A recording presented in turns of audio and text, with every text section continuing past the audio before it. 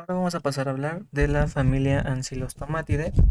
Vamos a hablar en primer lugar de Ancylostoma caninum, parásito de los perros y denominado vulgarmente como gusano ganchudo. Además, vamos a hablar de Ancylostoma tubeiforme, parásito de gatos, además de diferentes ancilostomas encontrados en humanos, como puede ser Ancylostoma duodenale, Ancylostoma brasiliense, Necantor americanos y Uncinaria stenocephala, de tal manera que van a encontrarse en humanos. ¿Va? La enfermedad se le denomina como ancilostomiosis, necantoriosis o uncinariosis. La infestación por larvas se le conoce como síndrome de larva migrans cutánea, como dermatitis reptante y dermatitis serpenteante. Mismos nombres que nos recuerdan a los del género Strongyloides, en el caso, pues, de eh, la parte de la infestación por larvas. Algunos aspectos ecológicos de estos parásitos es que se encuentran o se asocian a una reinfección constante debido a la ingestión eh, continua de larvas 3 activas.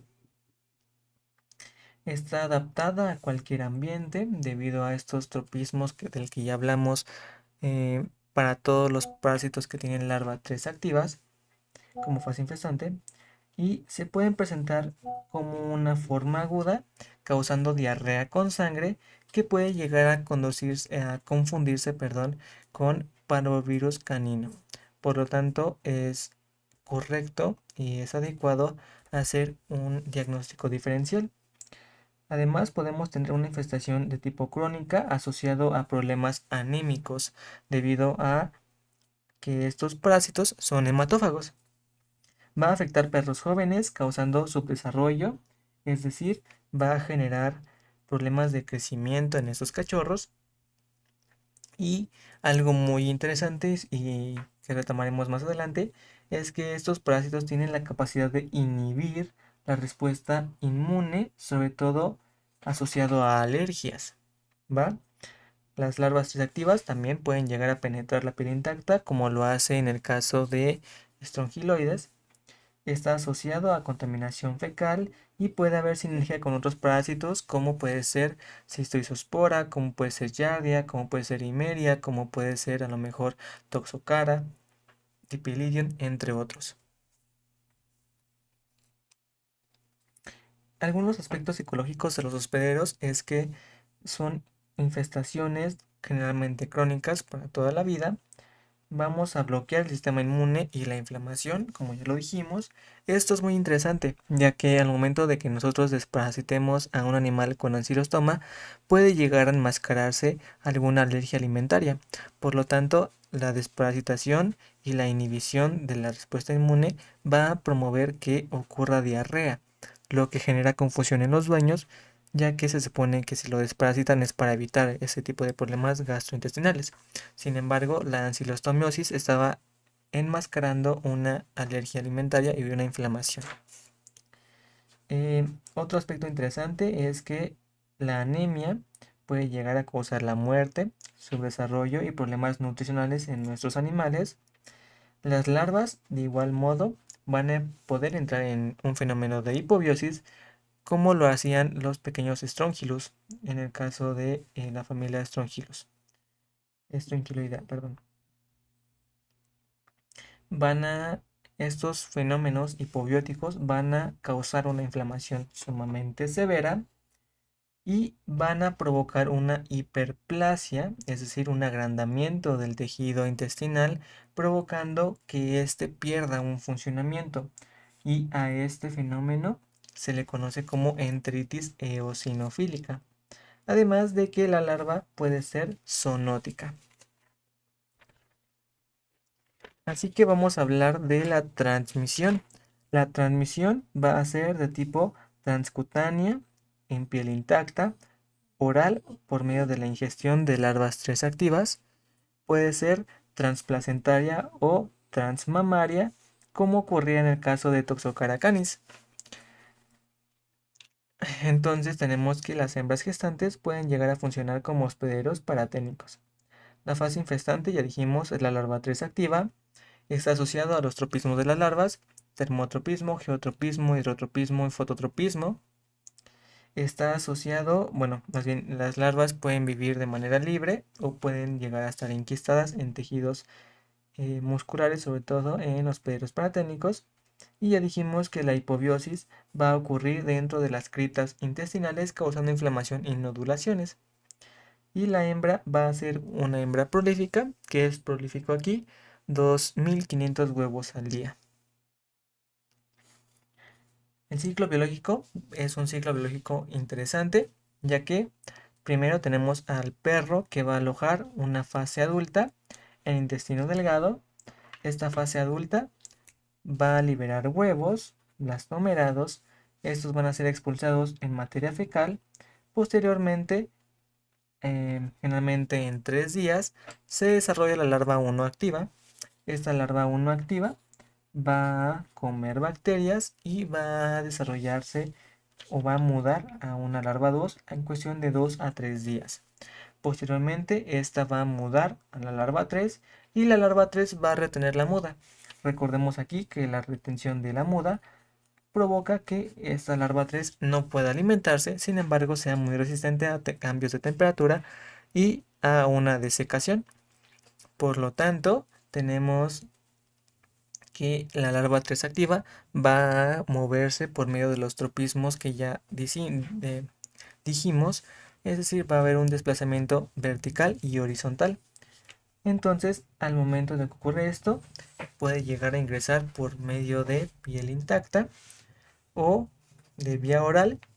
Si es el caso que ingresa vía transcutánea, esta larva va a buscar un vaso sanguíneo de manera azarosa, picando a través de la piel hasta encontrar un vaso sanguíneo.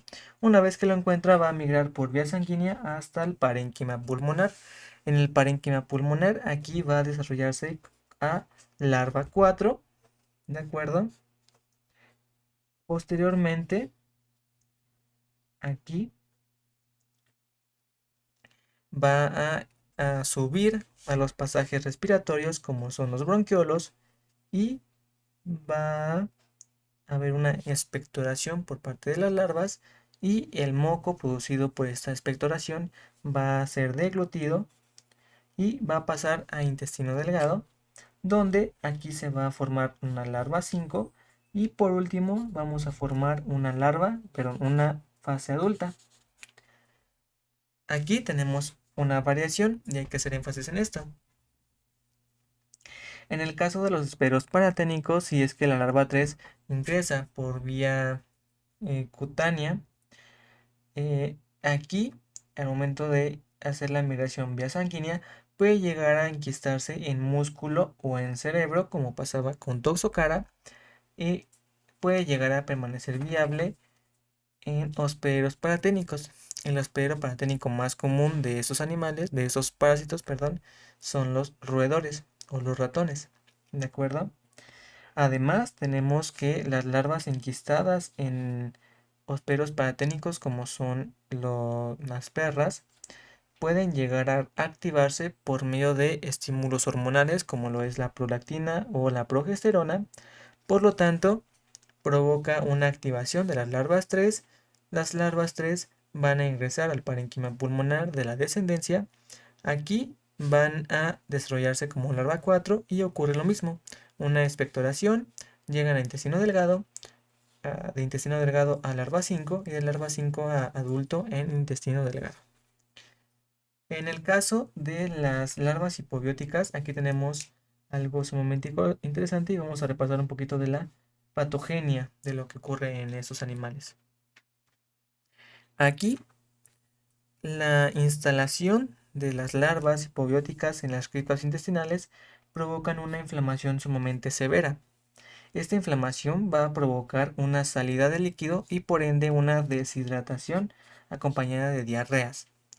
Además, la inflamación severa nos provoca una pérdida de electrolitos y por ende puede llegar a generar una acidosis en los caninos. Otro lado es que esta instalación en las criptas intestinales pueden llegar a generar una hiperplasia intestinal, como ya mencionamos anteriormente, provocando una pérdida del cemento intracelular. Aquí recordemos, el cemento intracelular es aquel que se encuentra unido, o más bien entre la unión de varias células. Por lo tanto, una pérdida de este cemento intracelular provoca una pérdida de proteínas plasmáticas, es decir, nos va a generar una hipoproteinemia que puede llegar a generar una ascitis. Sin embargo, lo más común es que esta pérdida tan masiva de proteínas genere que el organismo compense esta pérdida utilizando proteínas del mismo organismo, del mismo animal, como músculo, por ejemplo. Por lo tanto, vamos a encontrar una pérdida de masa muscular sumamente grande debido a este fenómeno de la hipobiosis. Ya para finalizar, tenemos que el diagnóstico de la ancilostomiosis se puede hacer mediante técnicas coproparasitoscópicas de flotación. Se puede hacer mediante diagnósticos clínicos viendo a pacientes con diarreas sanguinolentas, con pérdidas de peso, con, con debilidad por la anemia, entre otros. También podemos llegar a hacer pruebas de concentración en el caso de em, ver una deshidratación severa, o inclusive podemos llegar a diagnosticarlas por medio de la necropsia. Sin embargo, casi no se hace debido a que pues no se llega a tan extremo. La prevención en este caso se va a realizar mediante la administración de tratamiento preventivo o por medio de controlar la contaminación por larvas en el caso del suelo. Por lo tanto, aquí podemos hablar de diferentes principios antiparasitarios, y el único que es usado para la larva migrans cutánea es el tiabendazol, ¿de acuerdo? Por otro lado, tenemos que para poder destruir las larvas en el suelo, podemos utilizar bórax al 1%, podemos utilizar a hongos, ¿ok?